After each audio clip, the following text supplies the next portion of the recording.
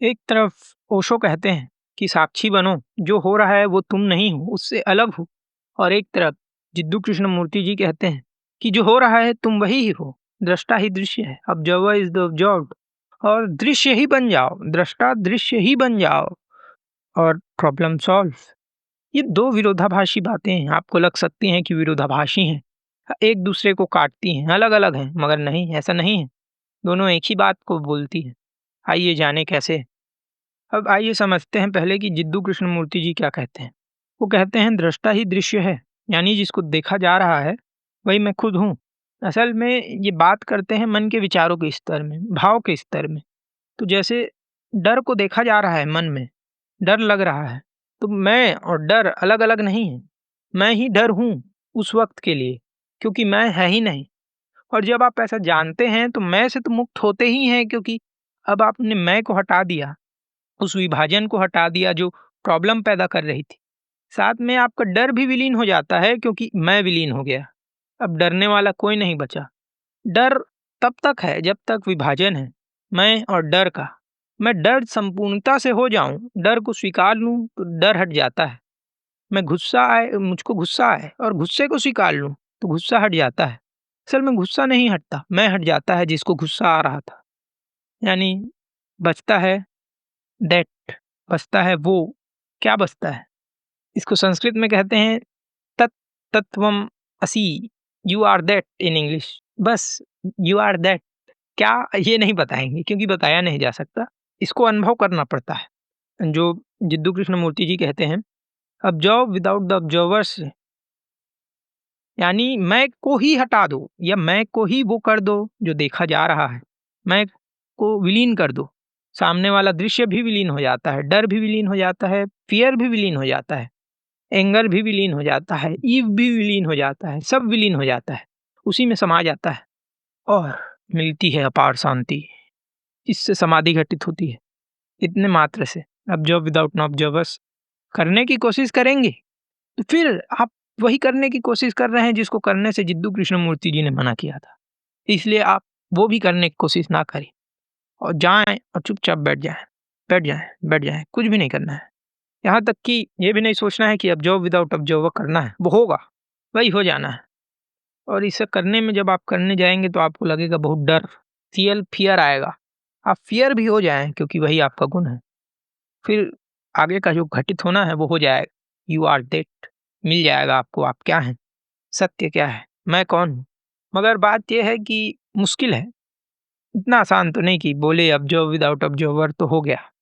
बहुत समय लगता है, और समय नहीं कहें, करेज, वीरता लगती है, वीरता। तलवार उठाने से ज्यादा मुश्किल है ध्यान करना, ऑब्जर्व विदाउट नो ऑब्जर्वर करना। और दूसरी ओर फिर कहते हैं ओशो, क्या कहते हैं कि साक्षी साधो, देखो ये जो वस्तु तुम्हारे सामने है तुम उससे पृथक हो, उससे पहले हो, वो तुम नहीं हो, ऐसा कहते हैं। और ये कह रहे हैं एक साइड कि वही तुम हो। टिनी नी नी नी नी, कैसे? बोले जिस प्रकार से जब तुम वही हो जाते हो तो मैं विलीन हो जाता है। अब जो वह विदाउट ऑब्जर्व से मैं हट जाता है, मैं से मुक्ति मिलती है। मैं को मुक्त नहीं किया जाता, मैं से मुक्ति मिलती है, आप बचते हो।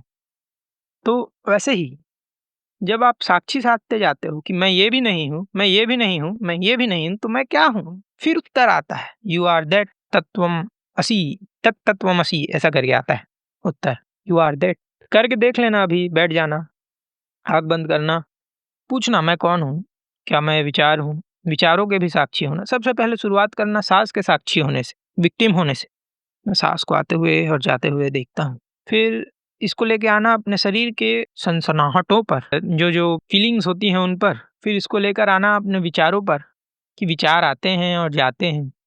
फिर इसको लेकर आना अपने स्वयं पर, मैं पर, कि मैं भी कौन हूँ जो ये विचार को भी साक्षी होकर देख रहा है। फिर मैं भी विलीन हो जाता है। और बता दूं कि इसमें भी बहुत करेज चाहिए। और इसी सेम काम को आप उस तरीके से भी कर सकते हो कि जिसको जो जो विचार मेरे मन में आ रहे हैं उसके मैं साक्षी ना बनूं, मैं वही ही हो जाऊं। डर आ रहा है तो डर ही हो जाऊं, फिर मैं विलीन हो जाता है। दोनों एक ही बात करते हैं बंधु, और दोनों की बात बहुत कमाल की है। आपको हर जगह विरोधाभास दिखेगा और मैं हर जगह आपको अविरोधाभास दिखाऊंगा। अगले वीडियो में हम बात करेंगे कि कैसे विरोधाभासी रूप भाषा में ही ओशो कहते हैं कि एक तरफ तो भगवान है और एक तरफ भगवान नहीं है। और इधर हमने एक और विरोधाभास बात को ढंग से बताया है। अरे यार, अभी से थोड़ी प्रमोशन करूंगा, रुक जाओ, वो उसके आते तक चैनल को सब्सक्राइब कर लें। बाकी अब थोड़ा सा इन दो सज्जनों से हटकर हम बात करते हैं। हम बात करते हैं इन दो के रिजल्ट के ऊपर। इन दो से जो मिलता है वो होता है प्रज्ञा। क्या होता है? प्रज्ञा। कहें जब आप साक्षी साध लेते हैं या आप साध लेते हैं ऑब्जर्व विदाउट नो ऑब्जर्वर को, तब आप साथ लेते हैं प्रज्ञा को। और प्रज्ञा is equal to no ego, is equal to no thoughts, is equal to no I. I हट गया तो सभी हट गया, मान लो मैं ही जड़ है और मैं से ही जितने प्रॉब्लम पैदा होते हैं, सुख दुख तकलीफें सब विलीन हो जाती है। वो होता है जब ये एकदम 100% एफिशिएंसी में काम कर रहा होता है साक्षी भाव। मगर जब व्यवहारिक जीवन में आता है आदमी, जैसे बुद्ध हर वक्त तो ध्यान नहीं करते, चलते फिरते भी हैं, तब तब भी साक्षी भाव आपका ऑन हो या फिर observe without the observer on हो, तब आपको गुस्सा नहीं आएगा। ईगो थोड़ा बहुत रहेगा, दिग्विजय या फिर कहो मैं थोड़ा बहुत रहेगा, आपका जो भी नाम है वो, आपका मैं होने का भाव थोड़ा बहुत रहेगा, मगर बहुत कम रहेगा। और चलते फिरते विचार भी नहीं रहेगा, सिर्फ प्रज्ञा रहेगी। एक बहुत बेहतरीन कहानी थी जिसको मैंने बचपन में पढ़ा था मेरे स्कूल में। क्या होता है, शेख चिली जाता है अपने नानी के घर, वहाँ खाता है खिचड़ी खाता है तो उसको आ जाता है मजा। होता है नानी से, नानी मजा आ गया खिचड़ी खा के, इसका नाम बताओ क्या है? मम्मी को बताऊंगा, मम्मी मेरे लिए अगले हफ्ते बना देगी। वो फिर नानी बोलती है इसका नाम खिचड़ी है बेटा। फिर शेख चिली चलना चालू करता है, घर से निकलता है, अच्छा नानी निकलता हूँ।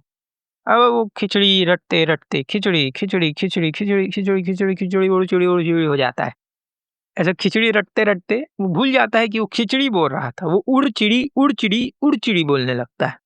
और रास्ते में एक शिकारी कर रहा था चिड़ियों का शिकार, उसने जाल बिछाया था, चिड़िया दाना चुगने के लिए आने ही वाली थी, उसने बोल दिया उड़ चिड़ी, चिड़िया उड़ गई।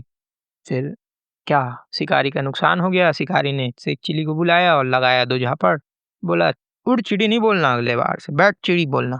और फिर बोला ठीक है साहब। शेख चिली चला, फिर चलते चलते बैठ चिड़ी बैठ चिड़ी बैठ चिड़ी बैठ चिड़ी, तो बैठ चिड़ी बोल रहा था।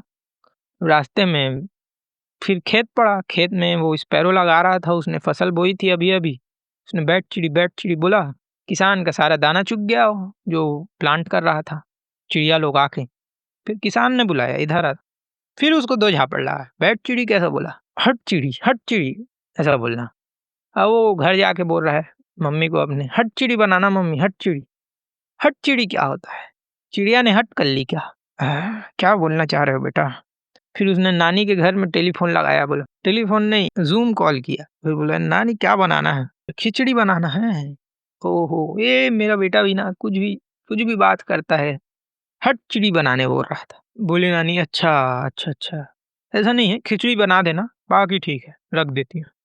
तो इस कहानी से हमें क्या सीख मिली? इस कहानी से हमें ये सीख मिली कि जब व्यक्ति साक्षी में नहीं होता है तब वो कुछ भी बोलता है, जैसे अभी मैं बोल रहा था, और बोलते बोलते कुछ भी बोलता चला जाता है, कुछ भी का कुछ भी मतलब बन जाता है और वो एफिशिएंसी में काम नहीं कर पाता।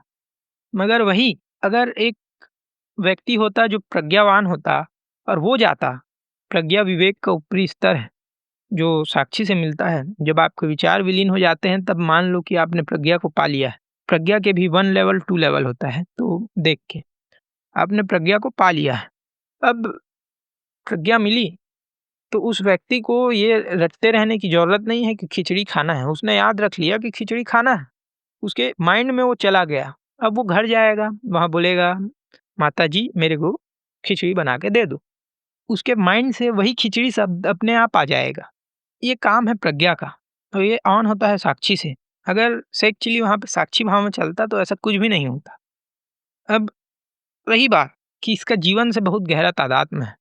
जब आप इसी प्रकार साक्षी में चलते हैं तो यहाँ पे तो इसकी खिचड़ी का उड़ चिड़ी हुआ, आपके 1 करोड़ कमाने हैं, मेरा ये लक्ष्य है इस साल का, या फिर मेरा लक्ष्य है कि मुझको परीक्षा में उत्तीर्ण होना है, या फिर मेरे को एग्ज़ाम में ये उत्तर लिख के आने हैं। ये सब बिगड़ सकते हैं अगर आप साक्षी में ना रहें, क्योंकि आपके ये मन में घूम रहे हैं, आपके विचारों में घूम रहे हैं। आप दिन भर सोचते रहते हो कि मैं कैसे 1 करोड़ कमाऊँ, कि मैं कैसे एग्ज़ाम में टॉप करूँ। जहाँ भी ये आपके मन में चल रहा है, ये अडिग है, ये डिग है, इसको हिलाया जा सकता है, इसको हटाया जा सकता है। इसलिए आपको एक काम करना होगा, आपको काम करना होगा प्रज्ञा से, विचार विहीन होकर, सिर्फ़ लक्ष्य पर ध्यान रखकर, साक्षी भाव में। जहाँ कोई आपके में दूसरा विचार का बीज भी ना डाल पाए, उस विचार को डिगाने की तो छोड़ो, आपको ये भी ना कह पाए कि 1 करोड़ क्या 10 करोड़ कमाने का आइडिया बताता हूँ। आप 1 करोड़ में ही रहें। हाँ, ज़रूर वो बताएगा, आप सुनोगे, मगर तभी जब आपको सुनना होगा, वरना वो बताए आप सुने, आपके मन में कोई विचार भी ना उठे। ये काम है साक्षी का। और जब आप इस प्रज्ञा में आ जाते हैं ध्यान करते-करते, करते-करते, करते-करते, तो प्रज्ञा यूँ ही हर जगह होती है।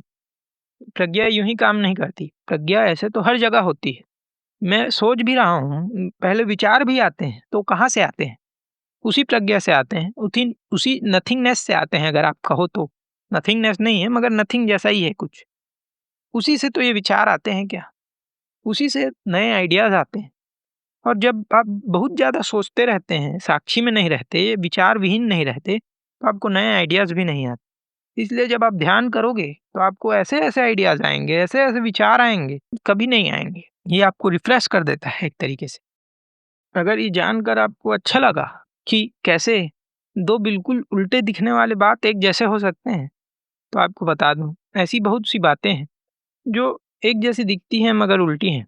उन पर हम वीडियो बनाने वाले हैं। हम बात करने वाले हैं कैसे ओशो कहते हैं कि एक साइड गॉड है अमेरिका में जाकर, कि कैसे ओशो कहते हैं कि इंडिया में परमात्मा है, और अमेरिका में जाते ही कहते हैं देयर इज़ नो गॉड। उस पर और अभी फ़िलहाल में ही हमने एक बात की है कि कैसे अमेरिका में कहते हैं अब्रह्मचर्य, इंडिया में कहते हैं ब्रह्मचर्य। यहाँ चेकआउट करें। वीडियो अच्छा लगा हो तो लाइक करें। नमस्कार।